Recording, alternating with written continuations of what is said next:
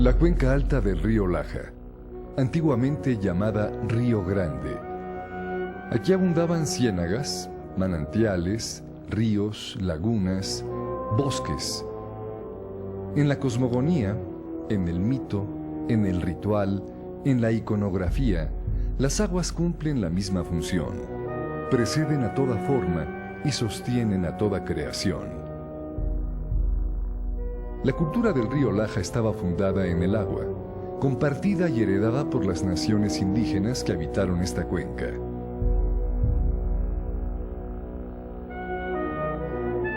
Estas memorias llenas de agua y casi míticas, hoy son estas tierras.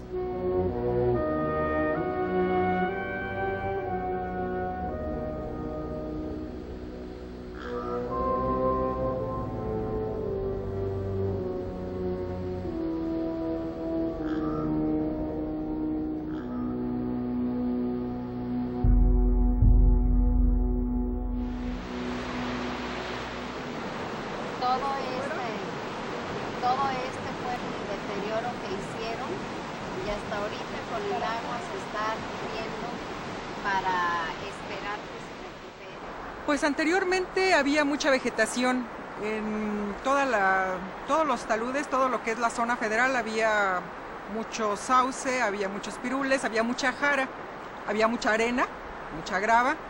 Anteriormente aquí era una joya preciosísima, como ahorita se alcanza a palpar un poco por las corrientes de agua que lleva. Pero cuando no lleva agua en este último tiempo, en estas últimas décadas, por ese saqueo de los materiales, en lugar de río parece un desierto. Nosotros antes sembrábamos en la orilla del río, ya no podemos porque está a 3 metros de agua el nivel de agua y a veces ni hay. Ahorita, gracias a Dios, que ha llovido mucho y ojalá que así como está ahorita el río que ustedes ven, ojalá que así se preservara siempre y vería que nuestra vida sería mucho más productiva.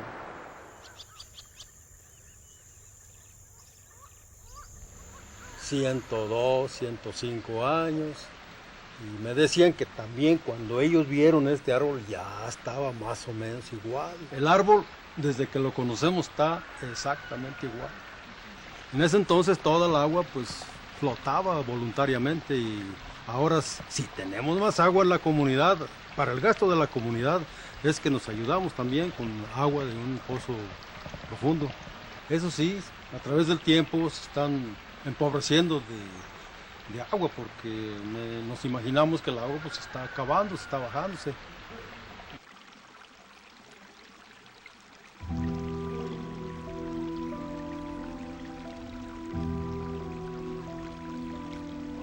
Poco antes de su muerte tuvimos la oportunidad de platicar con don Antelmo Ramírez, el gran maestro de Victoria, y él nos refrenda lo que hemos venido escuchando, que esta era una región en donde el agua abundaba. Sichú es toda una región, ¿sí? Diríamos que casi abarca todo lo que es Sierra Gorda, dado que es un punto de pasada para hacia el Bajío, el lugar de acceso más transitado, dado que antes estaba circulado por lagunas grandes, como todo lo que es desde el Doctor Mora hasta San José, era una sola laguna hasta el refugio, y de allí seguía otra laguna que era todo lo que es Pozo Blanco hasta Jofre, todo eso era una sola laguna.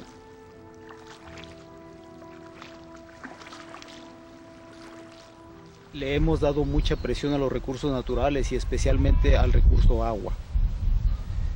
Tenemos que hacer una reinversión, reducir de manera muy significativa la erosión, que es otro problema muy grande que tenemos. En promedio se nos van 25 toneladas por hectárea por año de suelo.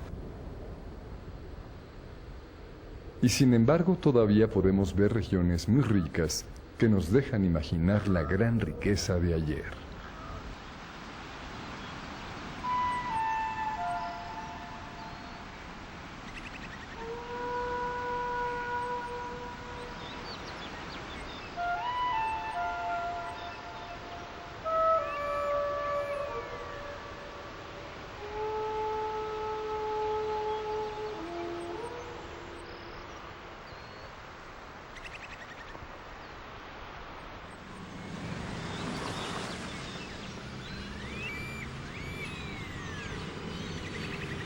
El escudo de San Luis de la Paz confirma lo que nos ha dicho la gente, que esta era una región de grandes lagunas. El escudo probablemente señale a Huaguenandé o a Curinitz, las lagunas de mayor importancia en tiempos de la Gran Chichimeca.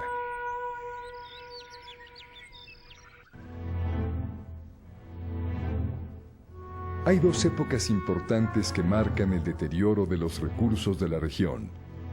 Las crónicas históricas señalan las bonanzas mineras como la primera de ellas. En virtud de la gran cantidad de madera que utilizaban como combustible para sus procesos, las haciendas de beneficio, las minas, propiciaron la tala indiscriminada en los montes de la región. Pero también habría que agregar a las carboneras, que vivieron su apogeo en los años 20 del siglo pasado. La intensa actividad de las carboneras acabó con grandes extensiones de bosques.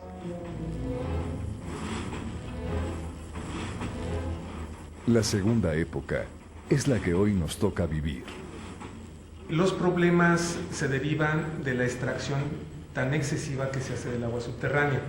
Históricamente, la explotación de la cuenca se inicia en los años 50, donde se perforan los primeros pozos. En los años 60, a finales, se empiezan a hacer los decretos de veda, donde se limita la construcción de más pozos.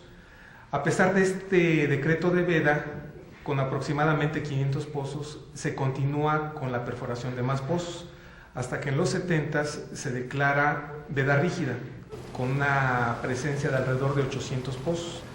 Lo curioso es que a pesar de existir una veda rígida donde se considera que ya no debe haber más perforación de pozos, en la actualidad se manejan cerca de 2.500 pozos, es decir, casi 3 veces más de lo que había en los 70s.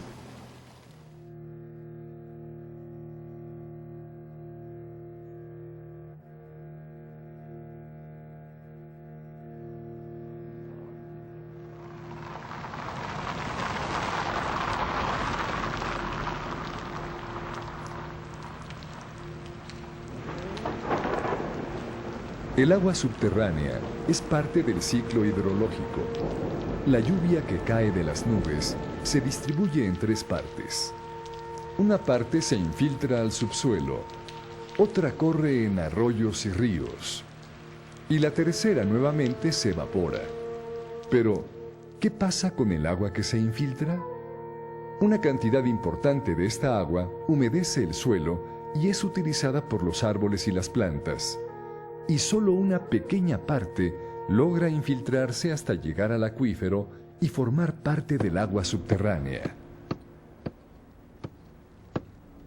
Tenemos al fondo un corte litológico. Esta es una formación geológica que representa diferentes estratos que se fueron acumulando a lo largo de miles de años. En este corte podemos simular todo el proceso que tiene que tener el agua desde que precipita en la superficie para llegar a los niveles de saturación. Un acuífero es una formación geológica que nos permite justamente la circulación, almacenamiento del agua subterránea. Entonces, el agua subterránea se mueve a través de los espacios porosos que quedan entre estas partículas para llegar a mayor profundidad y formar parte ya de lo que es el nivel freático, el agua subterránea. Pero es importante hacer notar que el recorrido es lento. El agua se mueve a lo largo de cientos o miles de años, sobre todo cuando tiene recorridos mucho más lejanos o profundos. Hace no muchos años, el nivel freático, que es el nivel a partir del cual los espacios porosos están totalmente llenos de agua, estaba a unos cuantos metros de la superficie y casi de inmediato el agua de lluvia formaba parte del agua subterránea. En ese entonces el acuífero estaba lleno y el agua subterránea brotaba por todas partes en forma de manantiales o alimentando ríos, arroyos y lagunas. Pero si la extracción de agua subterránea es excesiva, el nivel freático en el acuífero estará cada vez a mayor profundidad y la tierra entrará a un inevitable proceso de desertificación. Y esto es lo que hoy ocurre en gran parte de esta región.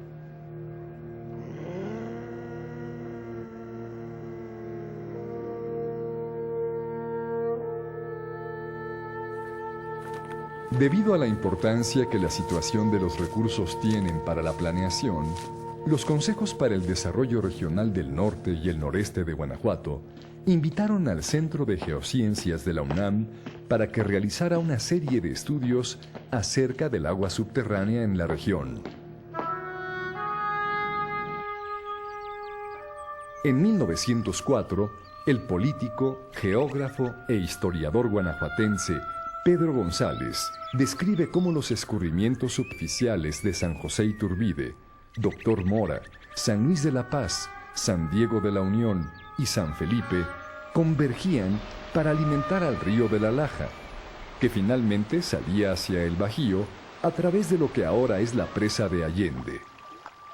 Hasta 1981, y a pesar de que ya no escurría suficiente agua, la Secretaría de Agricultura y Recursos Hidráulicos reconocía esta comunicación y la designaba como cuenca alta del río La Laja. A mediados de los años 80, se divide esta cuenca en dos, la del río La Laja y la Laguna Seca. A esta última se le definió como cuenca cerrada. Esta división es la que manejan actualmente la Comisión Nacional del Agua y la Comisión Estatal del Agua y Saneamiento de Guanajuato. Los criterios para esta división son desconocidos y han generado una gran crisis en la toma de decisiones en la región. No sabemos por qué se arraigó tanto esta afirmación ni sobre qué argumentos se originó, pero el hecho es que desde la época de los chichimecas se habla de una sola cuenca, confirmado en 1904 por Pedro González en su estudio Geografía Local del Estado de Guanajuato, y ahora por los estudios del Centro de Geociencias de la UNAM.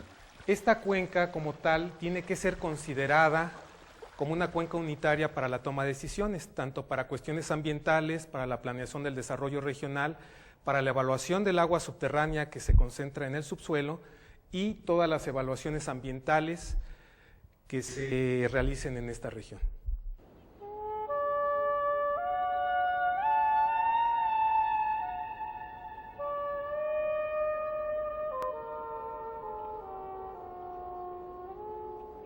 La Cuenca de la Independencia es una región hidrológica muy particular por su geometría y su área de influencia. Esta cuenca sería parte del Lerma Chapala en los límites de lo que es el parteaguas regional de Lerma Chapala con Pánuco. Ahí es donde inicia o donde nacen los escurrimientos de esta cuenca y son importantes porque, bueno, contiene 8 de los municipios más importantes del norte-noreste del estado de Guanajuato y donde la dependencia principal está fundamentada en el agua subterránea. Los estudios del agua subterránea realizados por el Centro de Geociencias de la UNAM confirman que la cuenca alta del río La Laja incluye la región de San José Iturbide, Doctor Mora, San Luis de la Paz y San Diego de la Unión, San Felipe, Dolores Hidalgo, San Miguel de Allende y parte de Ocampo, Guanajuato y León. Hoy sabemos con certeza que no son ni nunca han sido partes de una cuenca cerrada.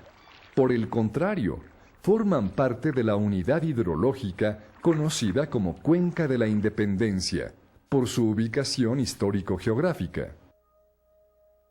La cuenca, que contiene al acuífero de la Independencia, está formada por dos acuíferos interconectados entre sí, uno de tipo granular y otro fracturado. En el acuífero granular, el agua circula entre los granos de arena y grava. Su espesor varía desde unos cuantos metros hasta 400 metros en su parte central. El acuífero de rocas fracturadas se extiende desde las montañas y continúa a profundidad. En esta zona el agua circula entre las fracturas de las rocas. La denominación oficial que establece al acuífero de la Independencia como una cuenca cerrada representa una política de explotación del agua basada en viejos principios que necesitan una revisión urgente. La tala de bosques, la erosión y pérdida de fertilidad del suelo, la falta de humedad y el abandono de las tierras son solo algunos de los síntomas evidentes en superficie de la invisible problemática de los acuíferos. Agua como recurso se nos está agotando, como recurso en el subsuelo. Necesitamos, entre otras cosas, abocarnos mucho a hacer labranza de conservación.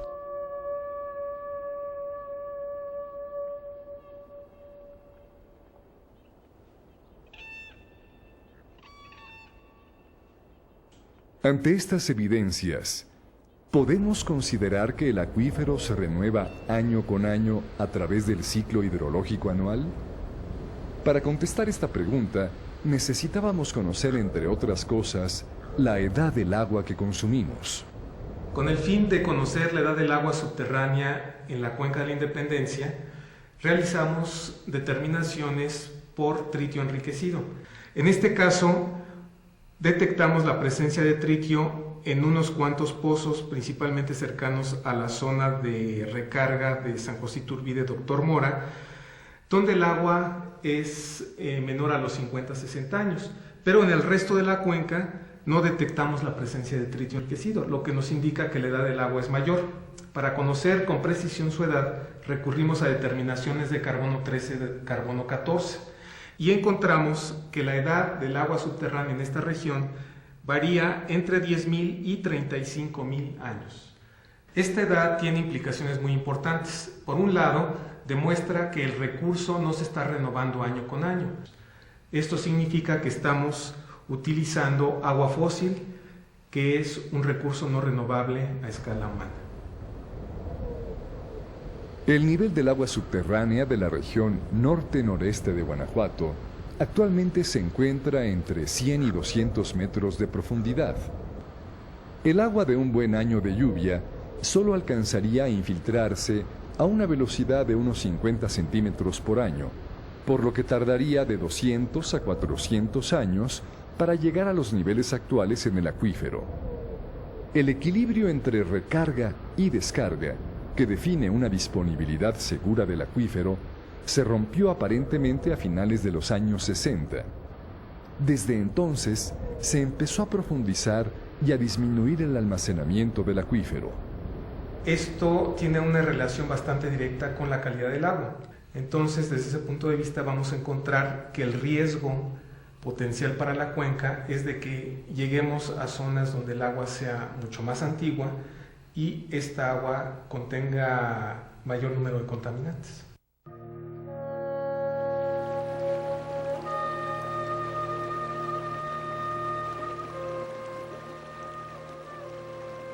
Entre San Luis de la Paz y San Diego de la Unión, el estudio identificó varios elementos peligrosos para el consumo humano que provienen de las rocas del subsuelo: aluminio, manganeso, selenio, plomo, sodio y hierro. Pero el caso más riesgoso es la presencia del arsénico y el flúor en un área de más de 300 kilómetros cuadrados. Ahí existe una importante cantidad de pozos destinados a uso potable y agrícola. Hasta donde sabemos, hay más de 3.000 casos de fluorosis dental reconocidos extraoficialmente en estos municipios. ¿Puedes mostrar tus dientes, por favor? Eso, ¿cómo son? Eso. El flúor, al ser consumido, se acumula, no es eliminado por el cuerpo. Al acumularse, llega a reunir una cantidad suficiente como para ser tóxica al organismo, causando daños obviamente al esmalte de los dientes. Se vuelven unos dientes porosos. Son dientes que no resisten ni siquiera una limpieza dental.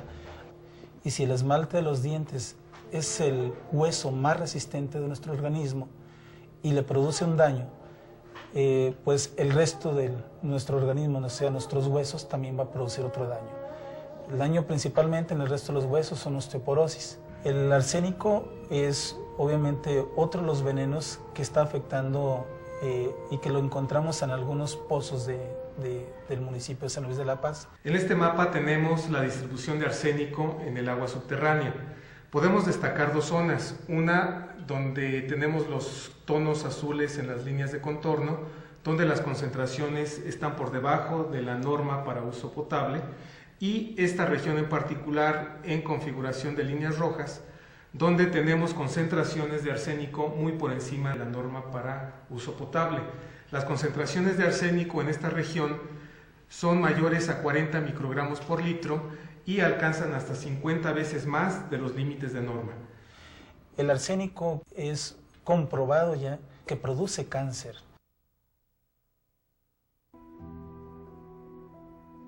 ¿Qué futuro tiene? ¿Qué futuro tiene el habitante que ve que su hijo muere o su hijo se queda sin dientes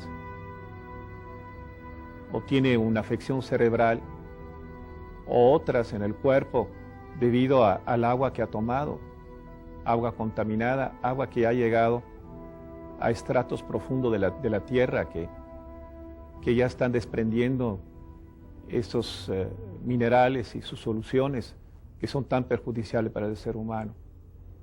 ¿Qué futuro puede tener aquel que ya no tiene agua potable que beber y el agua se tiene que tomar?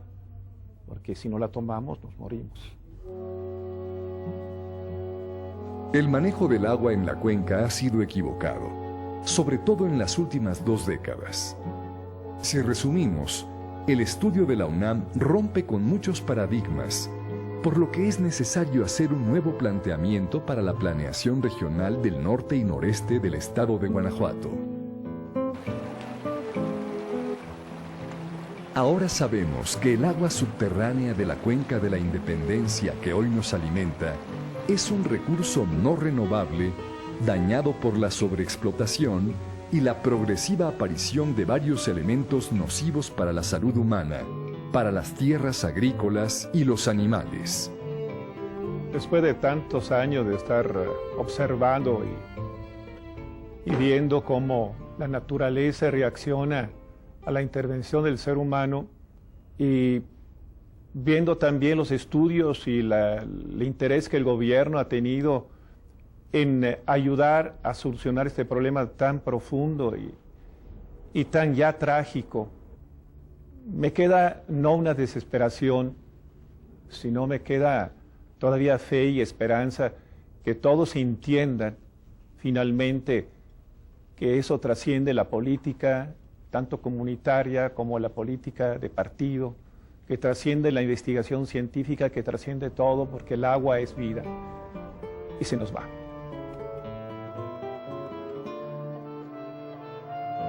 Tomemos entonces el estudio como un mecanismo para pensar en el río humano de las generaciones venideras y planear de otro modo el uso de ese milenario, elemental y valiosísimo recurso, el agua.